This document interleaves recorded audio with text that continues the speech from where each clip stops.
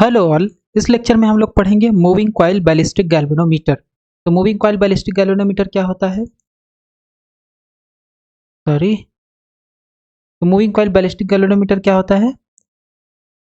It's coil makes a large number of oscillation before coming to rest. तो इसमें एक coil होता है जो कि ऑसिलेट करता है और उसका ऑसिलेशन बहुत ज़्यादा होता है। It is designed for measuring the total quantity of charge passed through it for a short duration. तो इसमें होता क्या है कि चार्ज पास करेंगे, तो जैसे ही चार्ज पास करेंगे या जैसे ही चार्ज पास होगा इस कॉइल में, तो ये क्या करेगा, गैल्वेनोमीटर में जो कॉइल है वो ऑसिलेट करना स्टार्ट कर देगा और इसका ऑसिलेशन बहुत ज़्यादा होता है। तो इसका कंस्ट्रक्शन क्या है गैल्वेनोमीटर का? तो यहाँ पे क्या होता है कि दो आपके पास मैग्नेट होते हैं, एक है नॉर्थ पोल और एक है साउथ पोल, और बीच में क्या होता है, ये ग्रीन कलर से जो दिख रहा है ये है आपका कॉइल जो ऑसिलेशन करेगा। और ये ऑसिलेशन करेगा तो ये जो है ये इस पॉइंट से फ्रीली हैंग करता है। यहाँ से क्या रहता है, ये हैंग रहता है, ये हैंग करता रहता है। तो जैसे इसमें चार्ज फ्लो करेगा, तो चार्ज फ्लो करेगा तो क्या होगा, यहाँ पे मैग्नेटिक फील्ड का डायरेक्शन अगर हम ए बी ले, यहाँ पे जस्ट ए बी ले, तो ए बी अगर हम आर्म लेते हैं इस कॉइल का जो ग्रीन कलर से दिख रहा है, तो यहाँ पे जो आपके पास है चार्ज जैसे ही फ्लो करा, मान लेते हैं चार्ज का डायरेक्शन ये है, तो north to south magnetic field का डायरेक्शन इधर से इधर होगा। ठीक है, इधर से इधर होगा, इधर से इधर और इधर से इधर होगा। तो यहाँ पे जैसे ही चार्ज फ्लो किया, तो अब हमें पता है फ्लेमिंग लेफ्ट हैंड रूल से, तो आपके पास क्या है, जो मिडिल फिंगर है वो आपके पास होना चाहिए करंट के डायरेक्शन में यानी चार्ज के डायरेक्शन में, और जो फोर फिंगर है यानी थंब के जस्ट बगल में जो फिंगर है, फोर फिंगर है, वो मैग्नेटिक फील्ड के डायरेक्शन में हो। तो जो थंब का डायरेक्शन है वो किसका डायरेक्शन बताएगा, वो बताएगा फोर्स का डायरेक्शन बताएगा, राइट, यानी मैग्नेटिक फोर्स का डायरेक्शन जो इस वाले सिरे पे लगेगा। ओके, तो अगर हम देखें तो यहाँ पे जो मैग्नेटिक फोर्स का डायरेक्शन लगेगा वो just perpendicular to the plane outside लगेगा, perpendicular to the plane outside, यानी इस आर्म पे जो फोर्स लगेगा perpendicular to the plane outside. फिर अगर हम डीसी को देखें तो मैग्नेटिक फील्ड डायरेक्शन इस डायरेक्शन में है, फोर्स भी इस डायरेक्शन में है, सॉरी मैग्नेटिक फील्ड डायरेक्शन भी यही है और करंट का डायरेक्शन भी यही है। तो हमारे पास जो जो फोर्स का फार्मूला होता है क्या होता है, I D L cross B. तो I D L cross B, तो मैग्नेटिक फील्ड का डायरेक्शन उधर है और करंट का भी डायरेक्शन उधर है, तो दोनों क्रॉस प्रोडक्ट लेंगे तो जीरो आएगा, तो इसलिए इस केस में फोर्स जीरो होगा इस वाले आर्म पे, राइट, डीसी पे। फिर सीबी पे चेक कर लेते हैं, तो सीबी पे जैसे चेक करेंगे, हाँ यहाँ पे भी करंट का डायरेक्शन इधर है या चार्ज का डायरेक्शन इधर है, और चार्ज का डायरेक्शन जब इधर है तो आपके पास मैग्नेटिक फील्ड का डायरेक्शन इस डायरेक्शन में। फिर से फ्लेमिंग लेफ्ट हैंड रूल लगाएंगे, तो फ्लेमिंग लेफ्ट हैंड रूल से देखेंगे अगर हम, तो हमारे पास जो फोर्स का डायरेक्शन आएगा इस वाले केस में अंदर की तरफ होगा, perpendicular to the arm CB और अंदर की तरफ होगा। ठीक है, ओके। फिर बीए पे अगर हम देखें तो बीए पे भी बीए आर्म पे मैग्नेटिक फील्ड का डायरेक्शन सेम डायरेक्शन में और करंट का डायरेक्शन इधर, यानी इन दोनों में 180 अंश का एंगल बनेगा, करंट का डायरेक्शन और मैग्नेटिक फील्ड का डायरेक्शन। तो फिर से लगा देंगे I D L cross B, तो डी एल क्रॉस बी है तो यहाँ पे क्या हो जाएगा, ये बेसिकली साइन 180, साइन 180 अंश का मान जीरो। तो इस कॉइल में यहाँ पे और यहाँ पे फोर्स यानी ए डी और सी बी पे फोर्स काम करेगा, मैग्नेटिक फोर्स काम करेगा, जो कि इक्वल एंड अपोजिट होगा। इक्वल एंड अपोजिट क्यों होगा, क्योंकि फील्ड लाइंस यहाँ पे जो है वो भी सेम है, मैग्नेटिक फील्ड का मान है बी और ए डी का लेंथ भी बी सी के लेंथ के बराबर है, तो इसलिए इन दोनों पे ए डी और बी सी पे जो फोर्स लगेगा वो इक्वल एंड अपोजिट होगा।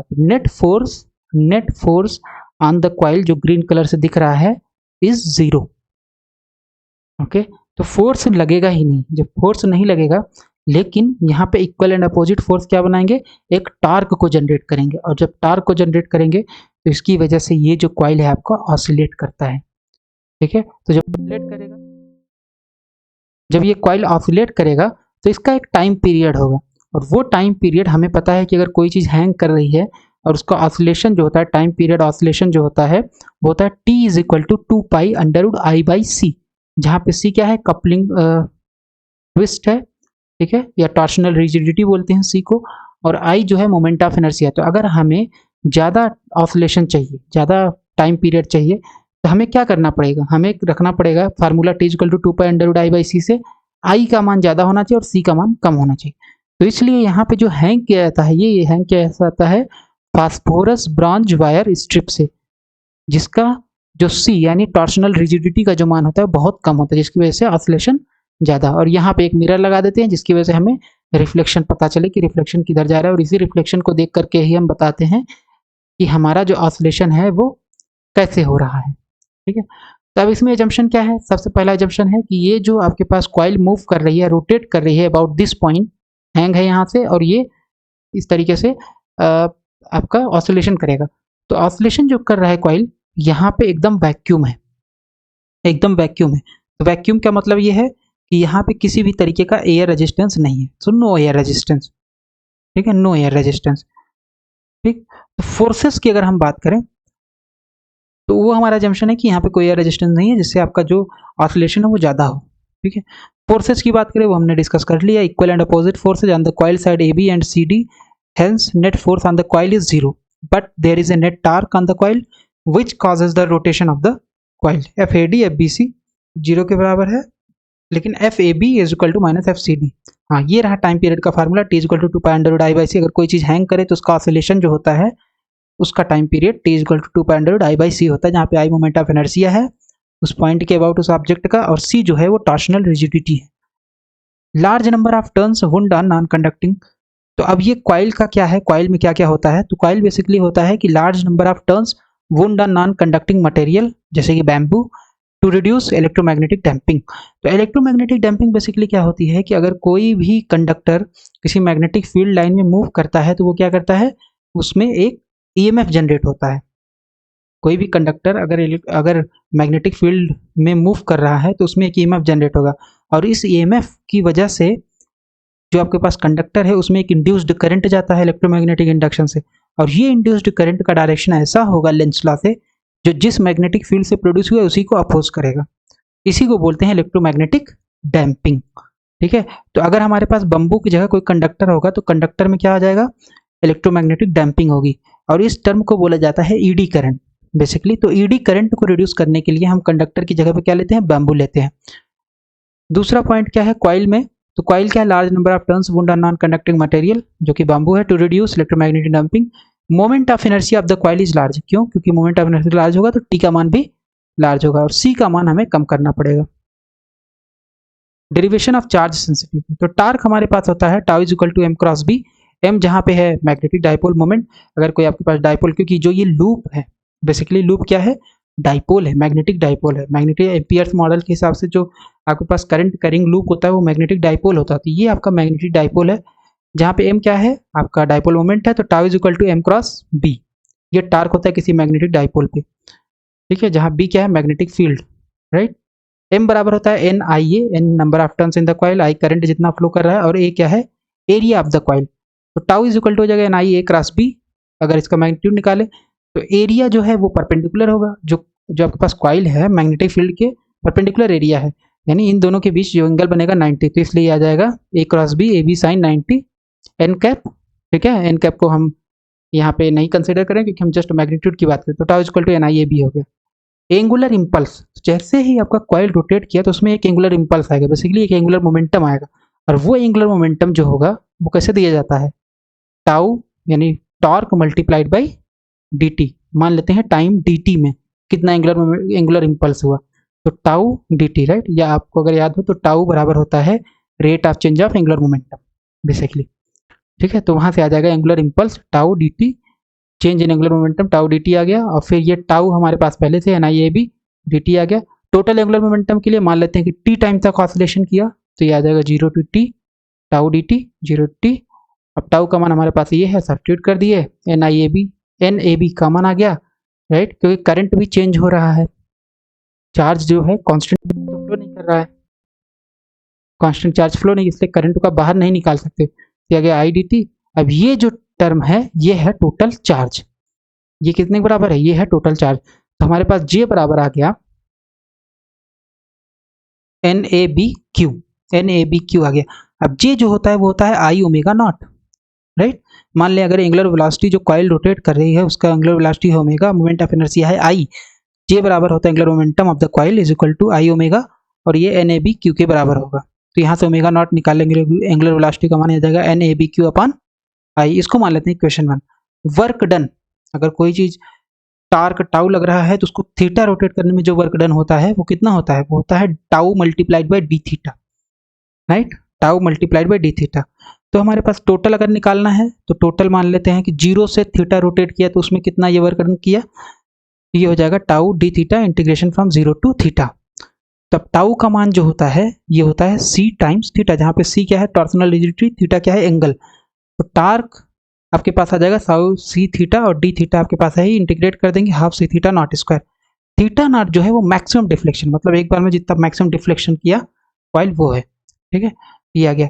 अब ओमेगा जो होता है, सॉरी डब्ल्यू जो है हमारे पास आ गया, हमने वर्क डन निकाल लिया कि जो आपके पास वर्क डन होगा बेसिकली जो एनर्जी होगी रोटेशन में वो कितनी है, half C theta naught square. ये एनर्जी कहाँ से आ रही है कॉइल के पास, ये बेसिकली उसकी काइनेटिक एनर्जी है। तो काइनेटिक एनर्जी जो होती है half I omega naught square. तो यहाँ पे रख देंगे वर्क डन जो है वो आ जाएगा बराबर half I omega naught square, RHS में आपके पास है ही, सॉल्व करके ओमेगा नॉट निकाल लेंगे, इतना आ जाएगा। ये आ गया equation 2। Theta naught maximum deflection है, सी टॉर्सनल रिजिडिटी है, आई मोमेंट ऑफ इनर्शिया है। तो ये इक्वेशन 2 को हम सब्स्टिट्यूट कर देंगे, ओमेगा नॉट का मान इन इक्वेशन 1, राइट, अभी जो निकाला था यहाँ सब्स्टिट्यूट करेंगे, सब्स्टिट्यूट करके सॉल्व कर लेंगे तो theta naught under root C by I N A B Q upon I, यहाँ पे N A B Q upon I, ये आ गया क्यू का मान अगर हम निकाले तो आ जाएगा under root C by under root I, और फिर ये पूरा मल्टीप्लाई तो I by N A B, और क्यू हमारा ऐसे ही है, राइट। सॉल्व कर लेंगे तो ये आ जाएगा under root C under root I upon A B theta naught, ठीक।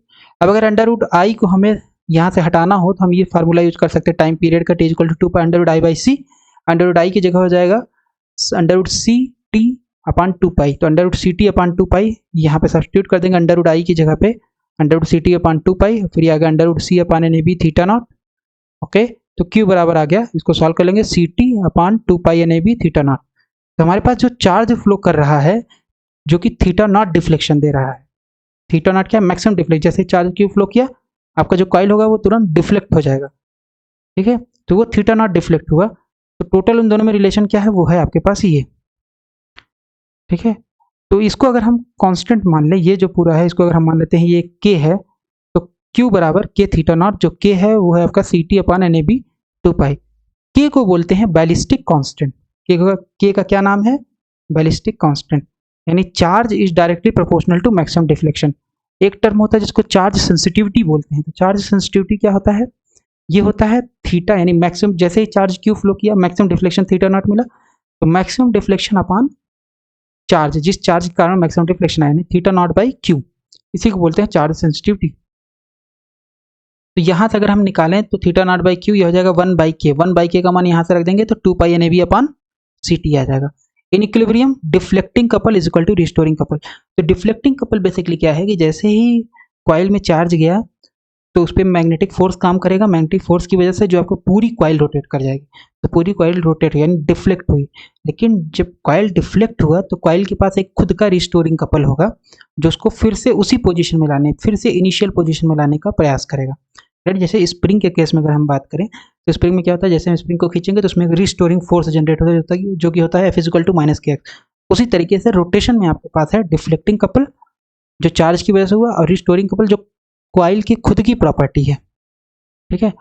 तो डिफ्लेक्टिंग कपल हो गया, हमने निकाल रखा tau is equal to N I A B, यहाँ देख लेते हैं टाउ इज इक्वल टू हमने निकाला था, कहाँ गया, tau is equal to basically था एम क्रॉस बी।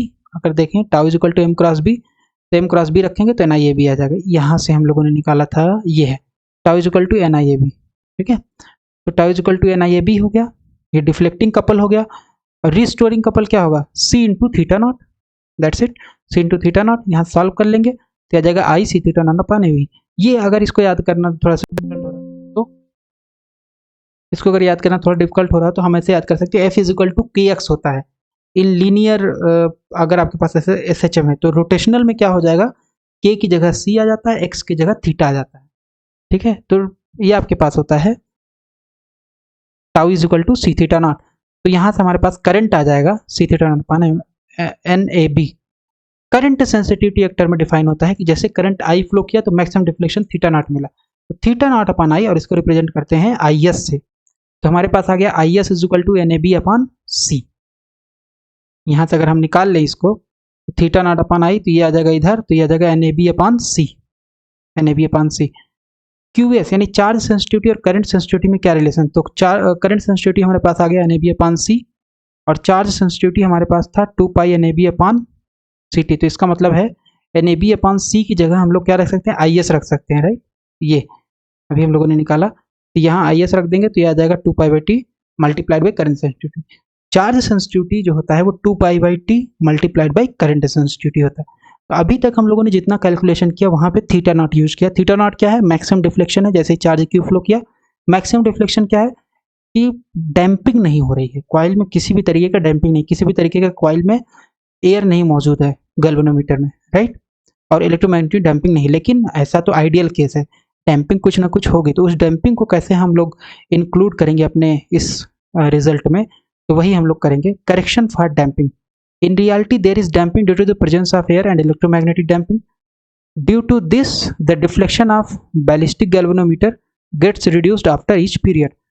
तो दो तरीके की डैम्पिंग है, एक है आपका एयर की वजह से डैम्पिंग और एक है इलेक्ट्रोमैग्नेटिक डैम्पिंग जो कि ईडी करंट के कारण होती है, ठीक है। तो अब हमारे पास क्या होगा, इनिशियली मान लो थीटा नॉट था आपके पास डिफ्लेक्शन आइडियल केस में, लेकिन डैम्पिंग की वजह से हर पीरियड में जो आपके पास ऑसिलेशन होगा वो कम होता जाएगा, यानी पहले हाफ पीरियड में 1/4 में हो जाएगा थीटा नॉट, फिर उसके बाद ये आपका यहाँ आइडियल केस में थीटा नॉट है, थीटा 1 हो जाएगा। जैसे जैसे पीरियड आपका एक पीरियड में थीटा 3 आ गया, मतलब यहाँ से इसका डिक्रीज कितना हो गया, इतना, फिर दूसरे पीरियड में आपका यहाँ से यहाँ तक डिक्रीज हो गया, तो ये डिक्रीज होता जाएगा पीरियड टू पीरियड, राइट। जो आपका डिफ्लेक्शन होगा वो ड्यू टू डैम्पिंग कम होता जाएगा, ठीक है, लेकिन हमें मैक्सिमम डिफ्लेक्शन चाहिए। तो इस चीज़ को कैसे हम लोग फार्मूले में इंक्लूड करेंगे कि डैम्पिंग का इफेक्ट कैसे इंक्लूड करेंगे, तो it is observed that theta 1 upon theta 2, theta 2 by theta 3, theta 3 by theta 4 and so on is equal to lambda. मतलब अगर आपके पास थीटा 1 अपॉन थीटा 2 यानी हाफ साइकिल में उनका रेशियो लिया जाए डिफ्लेक्शन का, थीटा क्या है, बेसिकली डिफ्लेक्शन है, कितने एंगल पर डिफ्लेक्ट किया, theta 1 upon theta 2, theta 2 by theta 3, theta 3 by theta 4 and so on, it is bar lambda. जहाँ पे ये जो है ये चीज़ कांस्टेंट होती है, इनका जो रेशियो होता है ये कांस्टेंट होता है, तो लेमडा को बोला जाता है logarithmic decrement per half cycle, logarithmic decrement per half cycle, e to the power lambda आपका कांस्टेंट होता है, ठीक है। सो द डिक्रीमेंट, ये हमारा हाफ साइकिल में डिक्रीमेंट हमें पता हो गया। तो डिक्रीमेंट इन ए कंप्लीट साइकिल, कंप्लीट साइकिल की अगर हम बात करें तो कहाँ से कहाँ तक है ये, थीटा 1 से थीटा 3, राइट। तो हमारे पास आ जाएगा थीटा 1 बाई थीटा 3, तो थीटा 1 बाई थीटा 2 से ऊपर नीचे मल्टीप्लाई कर देंगे, यहाँ जाएगा theta 1 by theta 2, theta 2 by theta 3 cancel हो जाएगा, फिर से यही आ जाएगा, राइट। तो ये हम इसको ऐसे लिख सकते हैं, यहाँ जाएगा टू पावर लेमडा, ये जाएगा टू पावर लेमडा, ये टू पावर 2 लेमडा। सो इन हमारे पास आ गया complete cycle logarithmic decrement is 2 lambda. तो कितना है, हाफ साइकिल के लेमडा, कंप्लीट साइकिल के लिए 2 लेमडा, तो इसका मतलब 1/4 साइकिल के लिए logarithmic decrement is 2 lambda by 4। जब आपके पास कंप्लीट साइकिल के 2 लेमडा है तो एक साइकिल में कितने 1/4 साइकिल होंगे, 4, इसलिए 4 से डिवाइड हो जाएगा, तो यह आ जाएगा लेमडा बाई 2 1/4, यानी क्वार्टर साइकिल में जो आपके पास लॉगरिथमिक डिक्रीमेंट है वो lambda by 2, okay. So the true through theta not in the presence of damping, तो डैम्पिंग की केस में जो आपका थीटा नॉट होगा उसमें जो करेक्शन होगा वो आ जाएगा theta 1 theta naught by theta 1 e to the power lambda by 2, यानी 1/4, यानी क्वार्टर साइकिल में जो डैम्पिंग होगी theta 1 theta not upon theta 1 उसके बराबर होगा, राइट। तो यहाँ से हम थीटा नॉट को अगर निकालने तो आ जाएगा theta naught is equal to theta 1 power lambda by 2, expansion कर देंगे क्योंकि लेमडा का मान बहुत छोटा है, एक्सपेंशन करेंगे पावर एक्स का, तो ये जस्ट पहला 2 टर्म बचेगा फर्स्ट ऑर्डर तक लेमडा का, क्योंकि इसका मान बहुत छोटा होता है डैम्पिंग का, मिनिमम डैम्पिंग हम लोग करते हैं, तो इसलिए थीटा नॉट आ जाएगा approximately theta 1 plus lambda by 2। तो हमारे पास जो चार्ज का फार्मूला था वहाँ हम लोगों ने थीटा नॉट यूज किया था, अब हमें यूज करना पड़ेगा थीटा 1 प्लस लेमडा बाई 2। जो लेमडा है वो बेसिकली क्या है, लॉगरिथमिक डिक्रीमेंट, और इसी लेमडा में इंफॉर्मेशन है किसकी, इसी लेमडा में जो इंफॉर्मेशन है वो है डैम्पिंग की, ठीक है।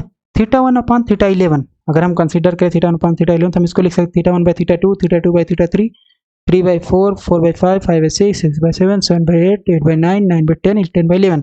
ये आपका कैंसिल हो जाएगा इससे, ये इससे, ये इससे, ये इससे, इस तरीके से कैंसिल होगा, तो जस्ट ये टर्म बचेगा और ये टर्म बचेगा, तो ये आपके पास इस तरीके से हम इसको लिख सकते हैं, ठीक है।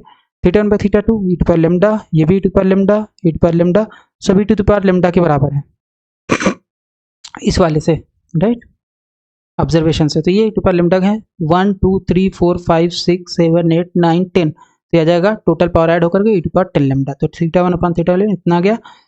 इसको हम निकाल लेंगे log e theta 1 upon theta 11, ये आ जाएगा दोनों तरफ इंटीग्रेशन, दोनों तरफ log लेने पे तो ये आ जाएगा 10 लेमडा, राइट। इस साइड RHS 10 लेमडा और इधर आ जाएगा log to the base theta 1 upon theta 11, तो लेमडा बराबर आ गया 1 upon 10 log to the base theta 1 upon theta 11। अगर log 10 में लिखेंगे तो यहाँ 2.303 से मल्टीप्लाई कर देंगे तो आ जाएगा लॉगरिथमिक डिक्रीमेंट आपका किसके टर्म में आ गया, लॉगरिथमिक डिक्रीमेंट का मान आ गया थीटा 1 और थीटा 11 के टर्म में। Condition for moving coil galvanometer to be ballistic, कोई भी मूविंग कॉइल गैल्वेनोमीटर है अगर उसको बैलिस्टिक गैल्वेनोमीटर बनाना है तो क्या कंडीशन है, उसके लिए कंडीशन है कि the period of oscillation should be large, बहुत ज़्यादा ऑसिलेशन होना चाहिए, थोड़ा सा चार्ज है तुरंत डिफ्लेक्शन आना चाहिए कॉइल में, ठीक है। तो इसके लिए हमने अभी पढ़ा था कि लार्ज आई होना चाहिए और स्मॉल सी होना चाहिए, क्यों, क्योंकि टाइम पीरियड का जो फार्मूला होता है T is equal to 2π/i/c, तो आई ज़्यादा होना चाहिए, सी कम होना चाहिए। The damping is kept least, तो डैम्पिंग का मान कम होना चाहिए। कॉइल, अब डैम्पिंग का मान कम करने के लिए क्या है कि इलेक्ट्रोमैग्नेटिक डैम्पिंग सबसे पहले उसको हम कर दें और एयर की जगह एकदम पूरा वैक्यूम बना दें उसे, ठीक है। तो coil should be wound on non conducting material, eddy current नहीं आएगा, क्योंकि अगर ये मेटल होगा तो यहाँ पे ईडी करंट आ जाएगा जिसकी वजह से आपके पास इलेक्ट्रोमैग्नेटिक डैम्पिंग होगी। Condition for a moving coil galvanometer to be dead beat galvanometer, dead beat galvanometer कैसे गैल्वेनोमीटर होते हैं, ऐसे गैल्वेनोमीटर जिनमें ऑसिलेशन एकदम ना के बराबर हो, तो उसको क्या बोलेंगे, dead beat galvanometer. A moving coil galvanometer is said to be deadbeat if its coil returns to its rest position quickly without making any oscillation after being deflected, जैसे डिफ्लेक्ट तुरंत आकर के रुक जाए, इसको बोलेंगे डेड बीट गैल्वेनोमीटर। लेकिन अगर मूविंग कॉइल है तो डिफ्लेक्ट अगर एक बार होगा तो वो थोड़ी देर तक ऑसिलेशन करता रहेगा। तो डेड बीट के लिए क्या कंडीशन है कि टाइम पीरियड का मान बहुत कम होना चाहिए, तो मतलब क्या है, आई स्मॉल हो जाए और लार्ज सी हो जाए, T इक्वल टू 2π/i/c में वहाँ से हम देखें तो आई स्मॉल अगर सी लार्ज हो जाए तो टी का मान कम हो जाएगा, तो आपके पास टाइम पीरियड कम हो जाएगा, तो ऑसिलेशन का मान डेड बीट के लिए कम आ जाएगा, right. The damping is kept large, damping large करने के लिए जो आपके पास कॉइल है उसको किस पे वुंड किया जाएगा, कंडक्टिंग फ्रेम पे। तो ये हम लोगों ने पढ़ा बैलिस्टिक गैल्वेनोमीटर के बारे में कि बैलिस्टिक गैल्वेनोमीटर क्या होता है और उसमें किस तरीके की डैम्पिंग होती है, उसका चार्ज सेंसिटिविटी, करंट सेंसिटिविटी का क्या फार्मूला होता है, फिर कोई मूविंग कॉइल गैल्वेनोमीटर है तो कैसे आपका डेड बीट गैल्वेनोमीटर बन सकता है। तो ये सारे एग्जाम्पल हुए।